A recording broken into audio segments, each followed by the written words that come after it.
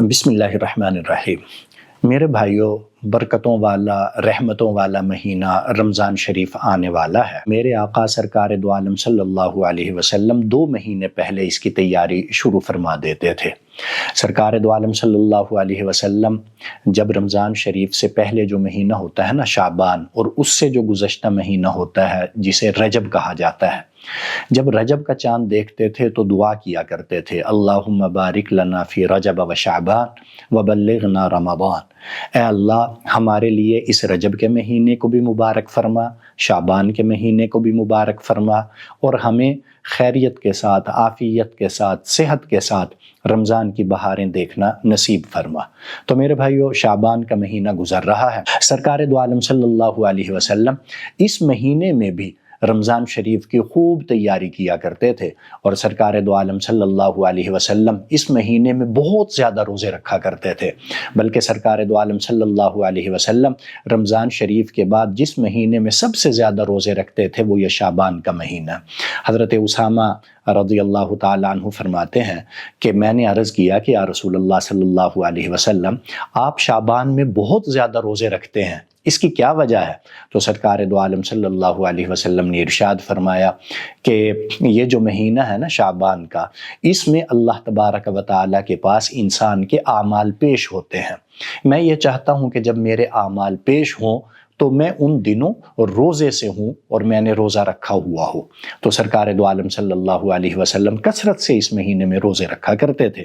اس لیے ایک تو ہمارے ذمہ یہ ضروری ہے کہ ہم شعبان میں کثرت کے ساتھ روزے رکھیں۔ ہاں، شعبان کے جو آخری دن ہیں، چاہے وہ آخری آپ 15 دن سمجھ لیں یا آخری 10 دن مراد لے لیں، یعنی وہ دن، ان میں روزے جو ہے وہ اگر کوئی انسان اس وجہ سے نہ رکھے کہ کمزوری ہو جائے گی، میرے لیے رمضان شریف کے روزے پھر مشکل ہو جائیں گے، وہ اخیر میں روزے نہ رکھے تو اس کی گنجائش ہے۔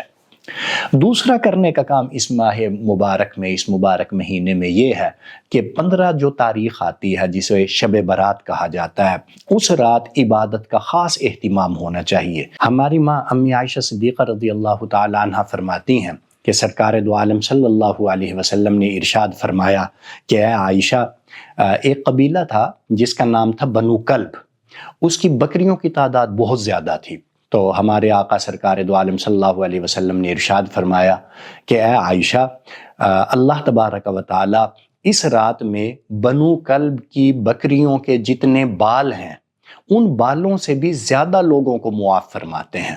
اتنی بڑی تعداد میں اللہ تبارک و تعالی انسانوں کو معاف فرماتے ہیں، اور ان کی تعداد بنو کلب کی بکریوں کے بالوں سے بھی زیادہ ہوتی ہے۔ اس رات میرا اللہ انسانوں کو معاف فرماتے ہیں، بلکہ سرکار دو عالم صلی اللہ علیہ وسلم نے ارشاد فرمایا کہ اللہ رب العالمین آسمان دنیا پہ جلوہ فرماتے ہیں اور یہ کہتے ہیں، الا من مستغفر فاغفر له، کوئی ہے جو مجھ سے معافی مانگ لے میں اسے معاف کر دوں، الا من مسترزق فارزقه، کوئی ہے جو مجھ سے روزی مانگے میں اسے روزی دے دوں، الا من کذا الا من کذا، کوئی ہے جس کی کوئی ضرورت رکی ہوئی ہو میں اس کی ضرورت پوری کر دوں، ہے کوئی جو مجھ سے دعا مانگے میں اس کی دعا قبول کروں۔